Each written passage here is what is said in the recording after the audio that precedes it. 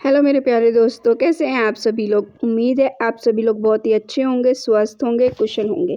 कहानी के लिए मेरे चैनल को सब्सक्राइब कीजिए, कहानी को लाइक और शेयर ज़रूर कीजिएगा और कहानी कैसी लगी प्लीज़ कमेंट बॉक्स में ज़रूर बताइएगा। कहानी को लेकर कोई भी राय सुझाव हो वो भी कमेंट बॉक्स में ज़रूर दीजिएगा। तो शुरू करते हैं हम आज की अपनी कहानी। कुशल घर से बाहर निकला तो देखा सामने रमेश चाचा खड़े थे। उसने चाचा को देखा और उनके पास जाकर खड़ा हो गया।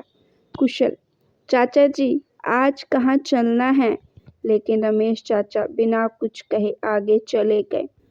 कुशल बेमन से अपने घर में वापस आ गया। कुशल, मम्मी, चाचा अब मुझसे बात नहीं करते, क्या बात है? संगीता, बेटा तेरे पापा और चाचा में जायदाद को लेकर कुछ कहा सुनी हो गई है। हमारा उन लोगों से कोई लेना देना नहीं है। कुशल, लेकिन चाचा तो बहुत अच्छे हैं, हमेशा मुझे स्कूल से लाते थे, वहाँ आइसक्रीम दिलवाते थे। अब क्या हो गया? संगीता, कहा ना उनसे बात मत किया कर, नहीं तो तेरे पापा तुझे बहुत मारेंगे। रघुनाथ जी और रमेश दोनों भाई थे। दोनों की मार्केट में कपड़ों की दुकान थी। पिताजी के मरने के बाद रघुनाथ जी और रमेश ने मिलकर दुकान को चलाया था। रघुनाथ जी और संगीता ने रमेश को अपने बच्चे की तरह रखा, उसकी शादी की। लेकिन शादी के बाद रमेश स्वभाव बदल गया। वह दुकान से अक्सर गायब रहता था, दुकान से ज़्यादा पैसे ले लेता था। रघुनाथ जी ने कभी कोई हिसाब नहीं रखा, लेकिन कुछ समय से दुकान में घाटा होने लगा। बाद में पता लगा कि रमेश ज़्यादा पैसे ले रहा था। रघुनाथ जी, रमेश, जब हम महीने के अंत में बराबर पैसे लेते हैं तो तुम जमा खर्च के पैसे कैसे ले सकते हो? रमेश, भैया मेरी शादी हो गई है, मुझे पैसों की ज़रूरत थी तो मैंने ले लिए। अब क्या हर काम आपसे पूछकर करना पड़ेगा? रघुनाथ जी घर की शांति को बनाए रखने के लिए चुप रह गए। कुछ दिन बाद पता लगा कि रमेश ने वहीं मार्केट में अपनी दुकान खोल ली है। रघुनाथ जी और संगीता इस बात से बहुत दुखी थे कि रमेश ने बिना बताए ये सब किया।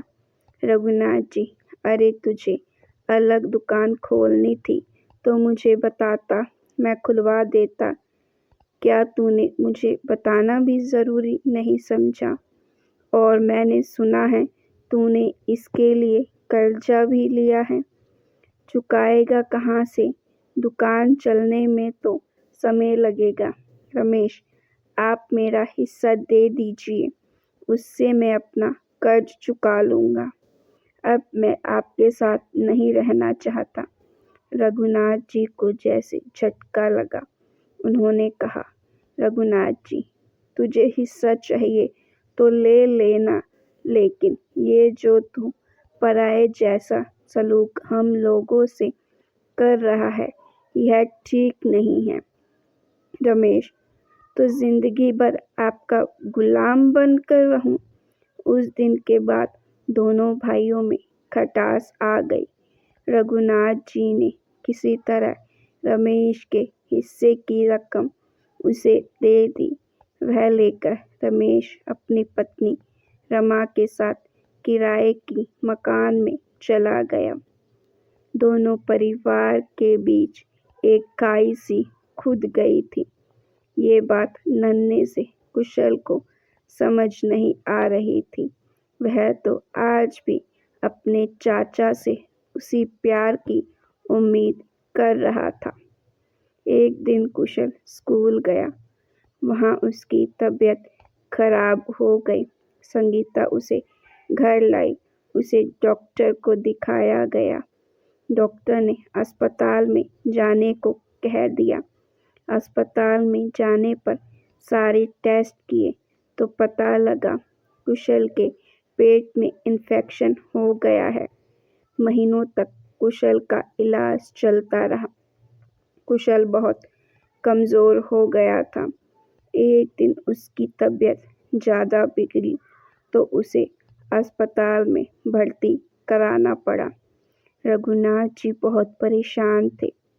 एक दिन वह कुशल के लिए केमिस्ट से दवाई खरीद रहे थे, तभी रमेश वहाँ से गुजरा। उनके जाने के बाद उसने दुकानदार से पूछा तो उसने बताया कि वो तो अक्सर दवाई खरीदते हैं, उनका बेटा बीमार है। दुकानदार से अस्पताल के बारे में पूछकर रमेश सीधा अस्पताल पहुंच गया। उसने अपने भाई और डॉक्टर की बातें सुनी। डॉक्टर, देखिए, आपके बेटे का ऑपरेशन करना बहुत ज़रूरी है। आप समझते क्यों नहीं? रघुनाथ, डॉक्टर साहब, मैं पैसों का इंतज़ाम कर रहा हूँ, लेकिन रकम इतनी बड़ी है, मुझे कुछ समय दीजिए। मैंने अपनी दुकान और घर दोनों गिरवी रखने की बात कर ली है। 2 दिन में पैसे आ जाएंगे। डॉक्टर, जो कुछ करना है जल्दी करो, नहीं तो पछताने के अलावा कुछ हाथ नहीं लगेगा। तभी रमेश आगे आया। रमेश, भैया, इतना कुछ हो गया, आपने मुझे बताया नहीं। रघुनाथ जी, पता नहीं भाग्य में क्या लिखा है। तू कुशल से मिल ले, उसे अच्छा लगेगा। रमेश जल्दी से कमरे में घुस गया। रमेश, क्यों छोटे मास्टर, चाचा को भूल गया? अब आइसक्रीम नहीं खानी? कुशल चाचा को देखकर बहुत खुश हुआ। संगीता की आंखों से आंसू बह रहे थे। रमेश, चिंता मत करो भाभी, सब ठीक हो जाएगा।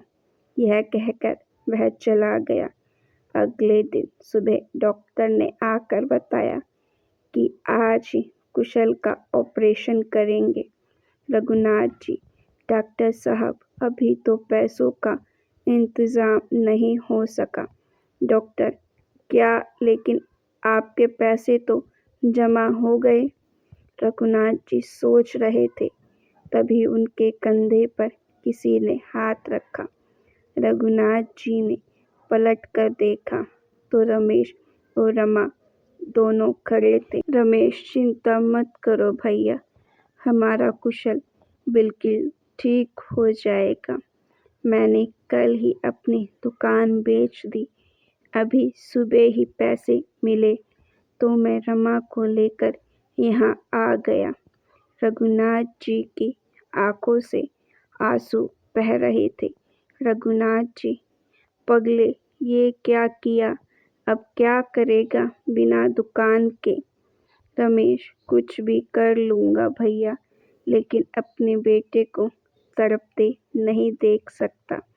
रघुनाथ जी, कुछ भी क्यों, अपनी दुकान है ना, दोनों भाई वहीं बैठेंगे। दोनों भाई गले लग गए। यह देख के कि रमा और संगीता की आंखें भी नम हो गई। कुशल का ऑपरेशन हुआ, वह ठीक हो गया। कुछ ही दिनों में अस्पताल से छुट्टी मिल गई, वह घर आ गया। रघुनाथ जी, रमेश अब भी अलग रहेगा मुझसे, जा अपना सामान लिया, हम सब साथ में रहेंगे। रमेश, लेकिन भैया, मैं तो अपना हिस्सा ले चुका हूँ, वो मैंने सब कर्जे में चुका दिया। रघुनाथ जी, पगले, तू भी मेरा ही हिस्से में है। छोड़ ये सब, चुपचाप जाकर सामान ले आ। अब कुशल हर दिन अपने चाचा के साथ स्कूल जाता है और वापस आते समय चाचा भतीजे दोनों आइसक्रीम खाते।